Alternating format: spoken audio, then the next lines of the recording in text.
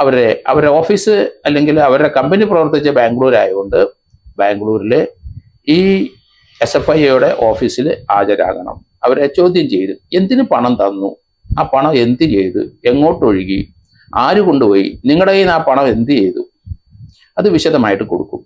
അതേസമയത്ത് അവർ കൈപ്പറ്റിയ പൈസയ്ക്ക് എന്തായാലും ഇൻകം ടാക്സും മറ്റ് ടാക്സുകളും എല്ലാം CMR തന്നെ കൊടുത്തുകൊണ്ട് തൽക്കാലം ഒരു ആശ്വാസം വീണ വിജയനുണ്ട്. നമസ്കാരം. ഇന്ന് കേരളത്തിലാകെ കോളിളക്കം സൃഷ്ടിച്ചിരിക്കുന്ന കേസാണ് ബഹുമാനപ്പെട്ട മുഖ്യമന്ത്രി പിണറായി വിജയന്റെ മകൾ ഉൾപ്പെട്ട മാസപ്പടി വിവാദം. CMRL എന്ന കരിമണൽ ഖനന കമ്പനിയിൽ നിന്നും ബഹുമാനപ്പെട്ട മുഖ്യമന്ത്രിയുടെ മകളായ വീണ വിജയൻ തന്റെ കമ്പനിക്ക് വേണ്ടി, എക്സാലോജിക് എന്ന കമ്പനിക്ക് വേണ്ടി 1,72,00,000 രൂപ മാസപ്പടിയായി കൈപ്പറ്റി എന്നുള്ള വിവാദമാണ് ഉയർന്നു കേൾക്കുന്നത്. ഇത് വെറും വിവാദം മാത്രമല്ല, ആദായ നികുതി വകുപ്പിന്റെ ഇൻട്രീം സെറ്റിൽമെന്റ് ബോർഡിന്റെ ഉത്തരവിൽ തന്നെയായിരുന്നു വീണ വിജയന്റെ കമ്പനിയായ എക്സാലോജിക്കിനെതിരെയും ഇത്തരത്തിൽ ഗുരുതരമായ ഒരു ആക്ഷേപം ഉണ്ടായിരുന്നത്. ആ ഉത്തരവിലാണ് ഇത്തരം വിശദ വിവരങ്ങൾ വ്യക്തമാക്കിയിരുന്നത്. എന്നാൽ കേന്ദ്ര കമ്പനികാര്യ മന്ത്രാലയത്തിന് കീഴിലുള്ള ഏതെങ്കിലും ഒരു അന്വേഷണ ഏജൻസി മാത്രം അന്വേഷിച്ചതുകൊണ്ട് ഈ അന്വേഷണം എവിടെയും എത്തില്ല എന്ന് പറഞ്ഞുകൊണ്ട് ഈയിടെ BJPയിലേക്ക് ചേക്കേറിയ PC ജോർജിന്റെ മകനായ ഷോൺ ജോർജ്, കോട്ടയം ജില്ലാ പഞ്ചായത്ത് മെമ്പറാണ് ഷോൺ ജോർജ്, അദ്ദേഹം ബഹുമാനപ്പെട്ട ഹൈക്കോടതിയിൽ ഒരു ഹർജി കൊടുത്തിട്ടുണ്ടായിരുന്നു. സീരിയസ് ഫ്രോഡ് ഇൻവെസ്റ്റിഗേഷൻ ഓഫീസിന്റെ അന്വേഷണം വീണ വിജയനുമായി ബന്ധപ്പെട്ട മാസപ്പടി വിവാദത്തിൽ ഉണ്ടാകണം. ഈ കേസ് സമഗ്രമായ രീതിയിൽ തന്നെ അന്വേഷിച്ച് പുറത്തു കൊണ്ടുവരേണ്ടത് തന്നെയാണ്. ഇതിന് പുറകിൽ പറഞ്ഞു കേൾക്കുന്ന 1,72,00,000 രൂപയുടെ മാത്രം അഴിമതിയല്ല നടന്നിരിക്കുന്നത്. ഏതാണ്ട് 135 കോടി രൂപയുടെ നേരിട്ടുള്ള അഴിമതിയും സാമ്പത്തിക ക്രമക്കേടുകളും ഈ കേസിൽ നടന്നിട്ടുണ്ട്. കൂടാതെ 45,000 കോടി രൂപയുടെ വലിയ ഒരു കുംഭകോണം തന്നെയാണ് CMRL ഈ വിഷയത്തിൽ നടത്തിയിരിക്കുന്നത് എന്നുള്ള ആക്ഷേപങ്ങളായിരുന്നു ഷോൺ ജോർജിന്റെ പരാതിയിൽ പറഞ്ഞിരുന്നത് എന്നാണ് അറിയാൻ കഴിയുന്നത്. എന്തായാലും ബഹുമാനപ്പെട്ട ഹൈക്കോടതി ഷോൺ ജോർജിന്റെ ഹർജി പരിഗണിച്ചില്ല, മറ്റൊരു തീയതിയിലേക്ക് അത് മാറ്റിവെക്കുകയായിരുന്നു. അതിനു മുൻപ് തന്നെ ബഹുമാനപ്പെട്ട ഹൈക്കോടതി ഈ ഹർജി പരിഗണിക്കുന്നതിന് മുമ്പ് തന്നെ ഇപ്പോൾ സീരിയസ് ഫ്രോഡ് ഇൻവെസ്റ്റിഗേഷൻ ഓഫീസിന്റെ അന്വേഷണം വീണ വിജയനിലേക്കും സർക്കാർ സ്ഥാപനമായ KSIDCയിലേക്കും CMRLിലേക്കും എത്തിയിരിക്കുന്നു എന്നുള്ളതാണ് എടുത്തു പറയേണ്ട വിശേഷം. എന്നാൽ വീണ വിജയനെ പ്രതിക്കൂട്ടിലാക്കുന്ന നിരവധി തെളിവുകളാണ് CMRLിൽ 2 ദിവസത്തെ മാരത്തൺ റെയ്ഡിന് ശേഷം സീരിയസ് ഫ്രോഡ് ഇൻവെസ്റ്റിഗേഷൻ ഓഫീസിന് ലഭിച്ചിരിക്കുന്നത് എന്നുള്ള കാര്യങ്ങൾ കൂടി എടുത്തു പറയേണ്ടതുണ്ട്. CMRLിന്റെ സെർച്ചിന് ശേഷം വീണ്ടും തിരുവനന്തപുരത്തെ സർക്കാർ വ്യവസായ വകുപ്പിന് കീഴിലുള്ള KSIDCയിലേക്കാണ് സീരിയസ് ഫ്രോഡ് ഇൻവെസ്റ്റിഗേഷൻ ഓഫീസ് എത്തിച്ചേർന്നത്. എന്നാൽ സീരിയസ് ഫ്രോഡ് ഇൻവെസ്റ്റിഗേഷന്റെ ഏത് വിധേനയും അവരുടെ അന്വേഷണത്തെ തടയേണ്ടതുണ്ട്. KSIDCയിലേക്ക് അവർ പ്രവേശിക്കുന്നത് ഹൈക്കോടതിയിൽ നിന്നും സ്റ്റേ വാങ്ങിക്കുവാൻ വേണ്ടി സുപ്രീം കോടതിയുടെ മുതിർന്ന അഭിഭാഷകനായ വൈദ്യനാഥനെ തന്നെ രംഗത്തിറക്കിയുണ്ടായി. എന്നാൽ ബഹുമാനപ്പെട്ട ഹൈക്കോടതി ഈ സ്റ്റേ നിരസിക്കുകയാണ് ചെയ്തത്. KSIDCയിലേക്ക് തീർച്ചയായും അന്വേഷണവുമായി കടന്നു ചെല്ലുവാൻ സീരിയസ് ഫ്രോഡ് ഇൻവെസ്റ്റിഗേഷൻ ഓഫീസിന് ഇതൊരു അവസരമായി. അവർ അവിടെ, അതായത് SFIO KSIDC എന്ന കേരള സംസ്ഥാന സർക്കാരിന്റെ കീഴിലുള്ള വ്യവസായ വകുപ്പിന്റെ കീഴിലുള്ള KSIDCയിൽ കൃത്യമായ രീതിയിൽ നിരീക്ഷണം നടത്തി, അവിടെ വിശദമായ പരിശോധനകൾ നടത്തി, അവരുടെ അക്കൗണ്ട് സോഫ്റ്റ്വെയർ അടക്കം ഇപ്പോൾ സീരിയസ് ഫ്രോഡ് ഇൻവെസ്റ്റിഗേഷൻ ഓഫീസ് എടുത്തുകൊണ്ടുപോയി എന്നുള്ള വിവരങ്ങൾ അറിയുന്നു. ഇനി അടുത്ത നീക്കം എക്സാലോജിക്കിലേക്കാണ്, വീണ വിജയനിലേക്കാണ് എന്നുള്ള വിവരങ്ങൾ പുറത്തു വരുമ്പോൾ മുഖ്യമന്ത്രിയും CPMഉം AKG സെന്ററുമെല്ലാം അങ്കലാപ്പിലായിരിക്കുന്നു. AKG സെന്ററിന്റെ മേൽവിലാസമാണ് വീണ വിജയൻ തന്റെ കമ്പനി രജിസ്റ്റർ ചെയ്യുന്നതിന്റെ അവസരത്തിൽ ബംഗളൂരുവിൽ കൊടുത്തിരുന്നത്. അതുകൊണ്ട് തന്നെ CPMഉം AKG സെന്ററും ഇപ്പോൾ കൂടുതൽ പ്രതിസന്ധിയിലായിരിക്കുന്നു. AKG സെന്ററിലേക്ക് തീർച്ചയായും സീരിയസ് ഫ്രോഡ് ഇൻവെസ്റ്റിഗേഷന്റെ അന്വേഷണം വ്യാപിക്കും, കടന്നു ചെല്ലും എന്ന് തന്നെയാണ് പറയുന്നത്. എന്നാൽ എന്ത് വില കൊടുത്തും സീരിയസ് ഫ്രോഡ് ഇൻവെസ്റ്റിഗേഷൻ പോലുള്ള ഒരു ഏജൻസി AKG സെന്ററിൽ പ്രവേശിക്കാതിരിക്കുവാനുള്ള നീക്കങ്ങൾ CPM നടത്തും എന്നുള്ളതും അറിയുന്നു. ഔദ്യോഗിക സ്ഥിരീകരണമൊന്നും അക്കാര്യത്തിൽ വന്നിട്ടില്ലെങ്കിലും റെഡ് വോളണ്ടിയേഴ്സിനെയും CPM കിങ്കരന്മാരെയും DYFIക്കാരെയും എല്ലാം അണിനിരത്തിക്കൊണ്ട് തന്നെ Pinarayi Vijayan serious fraud investigation officers ഒരു കാരണവശാലും AKG സെന്ററിൽ കടന്നു കയറാതിരിക്കുവാൻ വേണ്ടി പ്രതിരോധം തീർക്കും എന്നുള്ളതൊക്കെ തന്നെയാണ് ഇപ്പോൾ അറിയാൻ കഴിയുന്നത്. എന്നാൽ ഇത്തരുണത്തിൽ വീണ വിജയന്റെ മാസപ്പടി വിവാദവുമായി ബന്ധപ്പെട്ട് CMRLയെയും KSIDCയെയും ബഹുമാനപ്പെട്ട മുഖ്യമന്ത്രി പിണറായി വിജയനെയും എല്ലാം അതിനിശിതമായ രീതിയിൽ തന്നെ നിയമപരമായി തന്നെ വ്യാഖ്യാനിച്ചുകൊണ്ട് റിട്ടയർഡ് DYSP ജോർജ് ജോസഫ് സംസാരിക്കുന്നത് നമുക്കൊന്ന് കേൾക്കാം. കേരളത്തിലെ ചെറുതും വലുതുമായ വിഷയങ്ങളിൽ, പ്രത്യേകിച്ച് കുറ്റാന്വേഷണ മേഖലയിൽ ഉണ്ടാകുന്ന വിഷയങ്ങളെക്കുറിച്ച് താൻ മുൻപ് പ്രവർത്തിച്ചിരുന്ന മേഖലയിലുള്ള പ്രാവീണ്യം കൊണ്ട് തന്നെ അദ്ദേഹം പല വിഷയങ്ങളിലും തൻ്റെതായ അഭിപ്രായങ്ങൾ വെട്ടിത്തുറന്ന് പറയാറുണ്ട്. വീണ വിജയന്റെ മാസപ്പടി വിവാദത്തിലും അല്ലെങ്കിൽ മാസപ്പടി കേസിലും വീണ വിജയന് ഇനി എന്താണ് സംഭവിക്കാൻ സാധിക്കുക, അല്ലെങ്കിൽ മുഖ്യമന്ത്രി പിണറായി വിജയന്റെ രാഷ്ട്രീയ ഭാവിയിൽ എന്തായിരിക്കും ഈ കേസ് ചെലുത്തുന്ന സ്വാധീനം എന്നുള്ളതിനെ കുറിച്ചെല്ലാം റിട്ടയർഡ് ഡിവൈഎസ്പി ജോർജ് ജോസഫ് വളരെ വ്യക്തമായും സ്പഷ്ടമായും നിരീക്ഷണം നടത്തുന്നത് നമുക്കൊന്ന് കേൾക്കാം. ഇപ്പം വീണ വിജയന് എന്തായാലും നോട്ടീസ് അവർ കൊടുക്കും. അത് ആ നോട്ടീസ് കൊടുക്കുക കഴിയുമ്പം ബാംഗ്ലൂർ അവരുടെ ഓഫീസ് അല്ലെങ്കിൽ അവരുടെ കമ്പനി പ്രവർത്തിച്ച ബാംഗ്ലൂർ ആയതുകൊണ്ട് ബാംഗ്ലൂരിൽ ഈ SFIയുടെ ഓഫീസിൽ ഹാജരാകണം. അവരെ ചോദ്യം ചെയ്ത് എന്തിന് പണം തന്നു, ആ പണം എന്ത് ചെയ്തു, എങ്ങോട്ടൊഴുകി, ആര് കൊണ്ടുപോയി, നിങ്ങളുടെ കയ്യിൽ നിന്ന് ആ പണം എന്ത് ചെയ്തു, അത് വിശദമായിട്ട് കൊടുക്കും.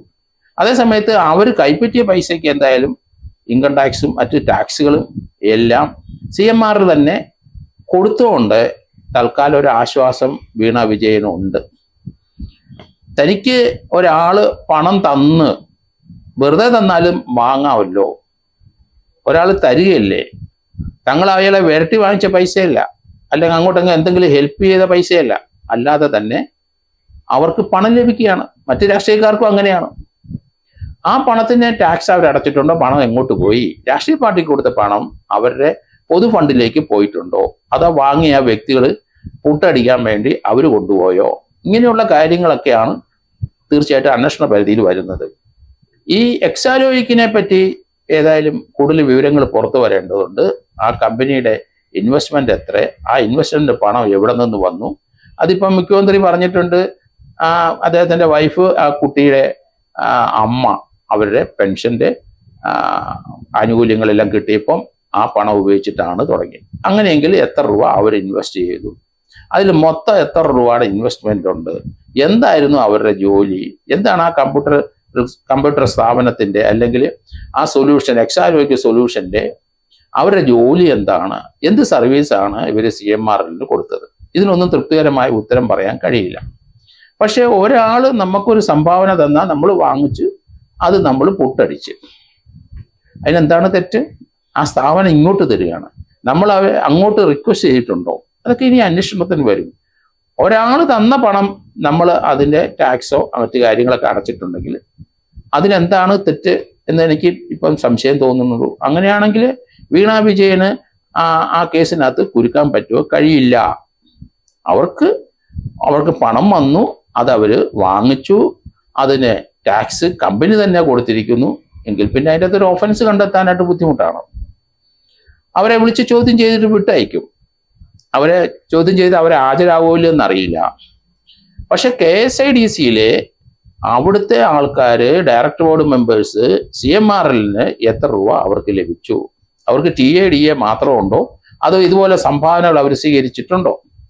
KSIDCക്ക് എന്തെങ്കിലും പണം കൊടുത്തിട്ടുണ്ടെങ്കിൽ അത് KSIDC എന്ത് ചെയ്തു എന്നുള്ള കാര്യങ്ങളൊക്കെ പ്രസക്തമാണ്. അനധികൃതമായി എന്തായാലും റിട്ടയർ ചെയ്തിട്ടും പോകാതെ 3 പേര് അവിടെ കിടപ്പുണ്ട്. ഇപ്പോൾ ഒരാളെ കൂടി അങ്ങോട്ട് കൊടുത്തിരിക്കുന്നു. അപ്പം KSIDCക്ക് എന്തോ അവിടെ ചില പ്രശ്നങ്ങളുണ്ട്. 25 ലക്ഷം രൂപ കൊടുത്തിട്ട് സുപ്രീം കോടതി ഒരു അഡ്വക്കേറ്റിനെ ഇറക്കിയിരിക്കുകയാണ്. അങ്ങനെ വരുമ്പോൾ അതിനകത്ത് സുതാര്യതയില്ല. ഹൈക്കോടതിയിൽ സംശയം ചോദിച്ചു. ഹൈക്കോടതി അതിനകത്ത് സ്റ്റേ വേണം എന്ന് വൈദ്യനാഥൻ അഡ്വക്കേറ്റ് വാദിച്ചെങ്കിലും ആ സമയത്ത് അവിടെ റെയ്ഡ് നടന്നുകൊണ്ടിരിക്കുകയായിരുന്നു. KSIDCയിലെ പരിശോധന നടന്നുകൊണ്ടിരിക്കുകയായിരുന്നു. ആ വിവരം 1 മണിക്കൂർ 2 മണിക്കൂർ കഴിഞ്ഞിരിക്കുന്നു. അപ്പോൾ തന്നെ കോടതി അത് പറയുകയും ചെയ്യുന്നു. ഇപ്പോൾ അവിടെ പരിശോധന നടന്നുകൊണ്ടിരിക്കുകയാണ്. കോടതി അതിൻ്റെ അകത്ത് ഇന്റർഫിയർ ചെയ്തില്ല. നിയമപരമായ ഒരു സാധുത അതിൻ്റെ അകത്ത് കാണുന്നില്ല. KSIDC പോലെ സർക്കാർ പൊതുമേഖലാ സ്ഥാപനത്തില് ആ സ്ഥാപനത്തിലെ കണക്ക് ഒരു സെൻട്രൽ ഏജൻസി ചോദിച്ചാൽ എന്താണ് തെറ്റ്? ഒരു തെറ്റുമില്ല. അപ്പൊ അതുകൊണ്ട് 12-ാം തീയതി ഇതിന് വലിയ റിസൾട്ട് ഒന്നും ഉണ്ടാവും തോന്നുന്നില്ല. ഒരു 25 ലക്ഷം രൂപയുടെ സർക്കാരിന്റെ ചെലവാകും. അപ്പൊ 50 ലക്ഷം ആവും. അതുകൂടാതെ അദ്ദേഹത്തിന്റെ അസിസ്റ്റൻസ് ഉണ്ട്, മറ്റു കാര്യങ്ങളൊക്കെ ഉണ്ട്. അതൊക്കെ 10-30 ലക്ഷം രൂപ വേറെയും കൊടുക്കേണ്ടി വരും. 1 കോടി രൂപ എങ്കിലും സർക്കാരിന് കൊള്ളും. KSIDC അവിടുത്തെ ഇപ്പോഴും ഈ ഒരു സ്ഥാപനത്തിലെ ആരെങ്കിലും അനധികൃതമായി വെല്ലെടുത്തൊന്നും പണവും വാങ്ങിച്ചിട്ട് KSIDCയുടെ ഡയറക്ടർ ബോർഡ് മെമ്പർമാർ അതിന്റെ ഫീസും അവരുടെ TAയും അതിന്റെ DA എല്ലാം ഇവിടുന്നും വാങ്ങിച്ചിട്ടുണ്ടോ ഇല്ലയോ എന്ന് പരിശോധിക്കേണ്ടി വരും. അതുകൊണ്ട് വരും ദിവസങ്ങളിൽ KSIDCക്ക് തീർച്ചയായിട്ടും സർക്കാർ സ്ഥാപനത്തിന് വലിയ ദൂഷ്യങ്ങൾ ഇതിനകത്തുണ്ടാവും. അതിനകത്ത് ആരാണ് അത് നയിച്ചത്, ആരാണ് ഈ കേസിന്റെ പുറകെ പോയത്, അവരൊക്കെ ഇതിൻ്റെ ഉത്തരവാദിത്തങ്ങളായി ചിലപ്പം പ്രതിസ്ഥാനത്തേക്ക് മാറി നിൽക്കേണ്ടി വരുമെന്നാണ് എനിക്ക് തോന്നുന്നത്. ഏതായാലും ഈ ഒരു കേസിനെ സംബന്ധിച്ചിടത്തോളം ആ അടുത്ത ദിവസങ്ങളിൽ വീണ വിജയന് വളരെ പരമപ്രധാനപ്പെട്ടമായ ദിവസങ്ങളാണ്. അവർക്ക് നിയമപരമായി അവർ എങ്ങനെ ഡിഫെൻഡ് ചെയ്യുന്നു എന്ന് ഇനി വരേണ്ടി വരും. കാരണം അവർക്ക് പണം കൊടുത്തത് എന്തിന് എന്ന ചോദ്യത്തിന് ഒരു ഉത്തരം ഉണ്ടാകാൻ സാധ്യത വളരെ കുറവാണ്. അവർക്ക് പണം കിട്ടി, ഇങ്ങോട്ട് പണം വന്നുകൊണ്ടിരിക്കുന്നു അവരുടെ അക്കൗണ്ടിൽ. അതിനെന്ത് ചെയ്യാൻ ഒക്കും? അത് തന്നിരിക്കുന്ന ഒരു CMR പോലൊരു കമ്പനിയാണ്. അവർക്ക് അതുപോലെ പല രാഷ്ട്രീയക്കാർക്കും കൊടുത്തിട്ടുണ്ട്, പല വ്യക്തികൾക്കും അവർ കൊടുത്തിട്ടുണ്ട്. തനിക്കും കിട്ടി പണം. അത് എന്താണ് അതിനൊരു ഒഫൻസ്? അതിനകത്ത് KGST CST അല്ലെങ്കിൽ ഇൻകം ടാക്സോ ഒക്കെ അടച്ചിട്ടുണ്ടോ എന്നൊട്ട കാര്യം മാത്രമേ ഉള്ളൂ. അടച്ചിട്ടുണ്ട് എന്ന് മനസ്സിലായാൽ അവരെ പ്രോസിക്യൂട്ട് ചെയ്യാൻ അല്പം ബുദ്ധിമുട്ടാണ് എന്നാണ് എനിക്ക് തോന്നുന്നത്. തിരുവനന്തപുരം വെള്ളയമ്പലത്തെ KSIDC ഓഫീസിൽ അവിടെ ഇന്നലെ അവിടെ SFIOയുടെ ഡെപ്യൂട്ടി ഡയറക്ടർ അരുൺ പ്രസാദിന്റെ നേതൃത്വത്തിൽ റെയ്ഡ് നടന്നു. ഏകദേശം 3.5 മണിക്കൂറോളം വെള്ളയമ്പലത്തെ KSIDCയുടെ ആസ്ഥാനത്ത് റെയ്ഡ് നടന്നു. അതിന് മുമ്പ് SFIO അവര് ഒരു നോട്ടീസ് അയച്ചിട്ട് അവരുടെ ബാലൻസ് ഷീറ്റ് അത് അയച്ചു കൊടുക്കാൻ ആവശ്യപ്പെട്ടു. അത് അയച്ചു കൊടുത്തില്ല. കാരണം കോർപ്പറേറ്റ് നിയമം 2012 പ്രകാരം ഒരു കമ്പനിയുടെ ബാലൻസ് ഷീറ്റ് അവർ തയ്യാറാക്കിയിരിക്കണം. അതുപോലെ തന്നെ ആനുവൽ ജനറൽ ബോർഡ് മീറ്റിങ്ങിന്റെ ഡീറ്റെയിൽസ് ചോദിച്ചു. ആ മീറ്റിങ്ങിൽ പങ്കെടുത്തവരാര്? അത് കമ്പനി നിയമം 210 212 അനുസരിച്ചാണ് ആ ചോദ്യം ചെയ്തത്. തീർച്ചയായിട്ടും അതിന് മറുപടി കൊടുക്കണമായിരുന്നു KSIDC. അവരെന്തിനാണ് പേടിക്കുന്നത്? സുതാര്യമായ സർക്കാരിൻ്റെ ഒരു പൊതുമേഖലാ സ്ഥാപനമാണ് KSIDC. അവിടുത്തെ എന്ത് കൊടുത്താലും സുതാര്യമായിട്ട് നടക്കുന്ന ഒരു സ്ഥാപനമാണ്. അവിടുത്തെ എന്ത് ഡീറ്റെയിൽസ് ചോദിച്ചാലും സെൻട്രൽ ഗവൺമെൻറ് ഏജൻസി, അന്വേഷണ ഏജൻസിക്ക് കൊടുത്തേ പറ്റുള്ളൂ. കേരളത്തിലെ വിജിലൻസോ കേരളത്തിലെ ക്രൈം ബ്രാഞ്ചോ ലോക്കൽ പോലീസോ ചോദിച്ചാലും കൊടുക്കണം. അതിന് പേടിക്കേണ്ട ഒരു ആവശ്യമില്ല. അങ്ങനെ പേടിക്കേണ്ട ഒരു ആവശ്യം ഉണ്ട് എന്ന് ഇപ്പം തോന്നുന്നു. കാരണം അത് ലീഗൽ ഫോറമായ അല്ലെങ്കിൽ ഒരു ഇന്ത്യയുടെ തന്നെ പ്രമുഖമായ ഫ്രോഡിന്റെ കാര്യങ്ങൾ കണ്ടുപിടിക്കുന്ന SFIO അതിൻ്റെ ഡെപ്യൂട്ടി ഡയറക്ടറാണ് ചോദിച്ചത്. പക്ഷെ കൊടുത്തില്ല. എന്തോ ഒളിച്ചു വെക്കാനുണ്ട്. എറണാകുളത്തെ CMRലും എക്സാലോജിക്കുമായിട്ട് ബന്ധപ്പെട്ട അന്വേഷണത്തിന്റെ പരിധിയിൽ KSIDC വരേണ്ട, പൊതുമേഖലാ സ്ഥാനം വരേണ്ട ഒരു ആവശ്യമില്ല.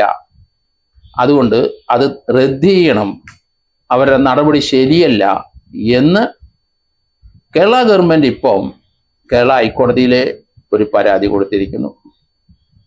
അത് ഇന്ത്യയിലെ സുപ്രീം കോടതി സീനിയർ അഡ്വക്കേറ്റായ CS വൈദ്യനാഥൻ മുഖേനയാണ് അത് കൊടുത്തിരിക്കുന്നത്. ഓൺലൈനിൽ അദ്ദേഹത്തിന്റെ വാദഗതി കേരള ഹൈക്കോടതി കേൾക്കുകയും ചെയ്തു. ആ വാദഗതിയിൽ അല്ലെങ്കിൽ CS വൈദ്യനാഥന്റെ ഒരു അപ്പിയറൻസിന് 25 ലക്ഷം രൂപ സർക്കാർ കൊടുത്തു.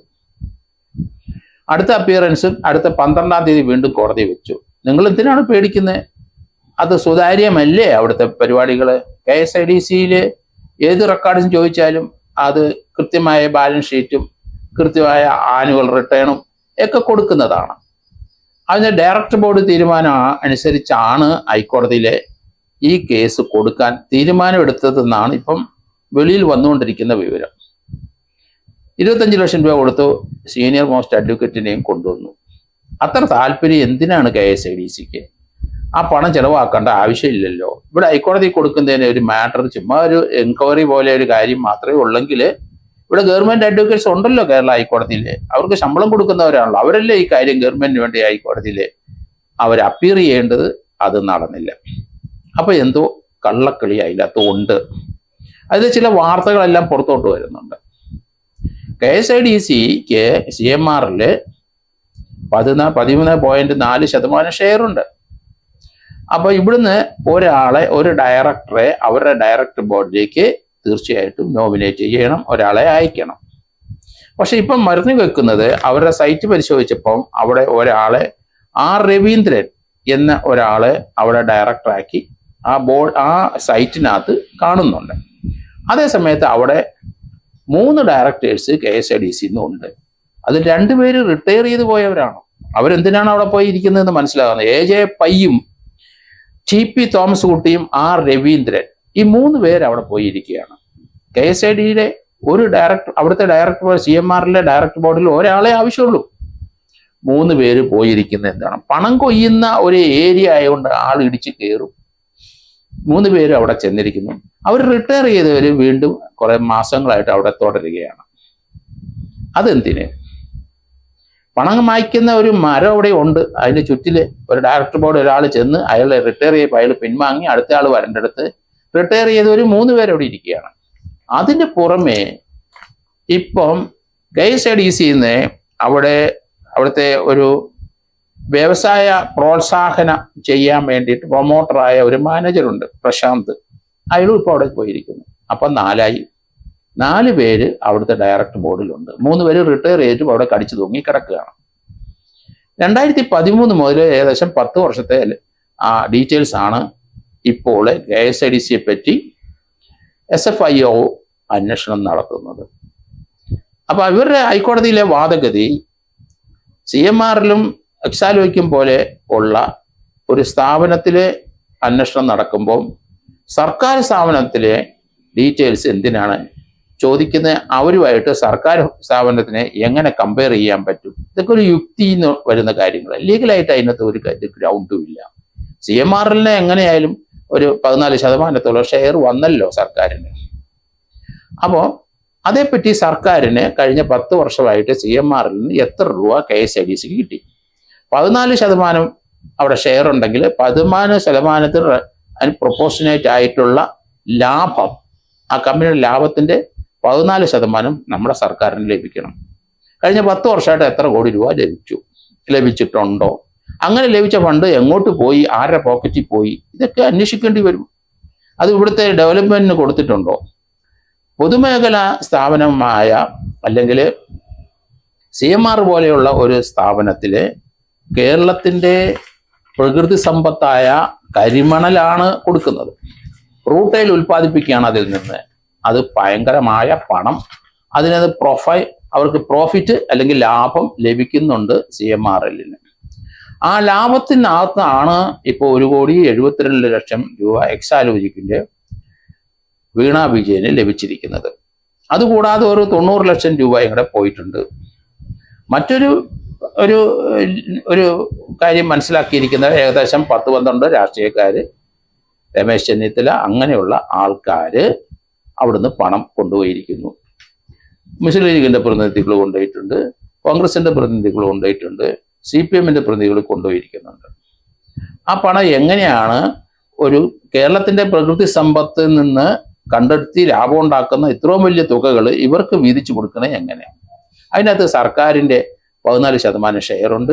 അങ്ങനെയുള്ള ഒരു സ്ഥാപനത്തിൽ ഒരു പൊളിറ്റിക്കലായിട്ടുള്ള അവർക്ക് പാർട്ടികൾക്കോ വ്യക്തികൾക്കോ വെറുതെ പണം കൊടുക്കാൻ കഴിയില്ല. ഇപ്പം വീണ വിജയന് എന്തായാലും നോട്ടീസ് അവർ കൊടുക്കും.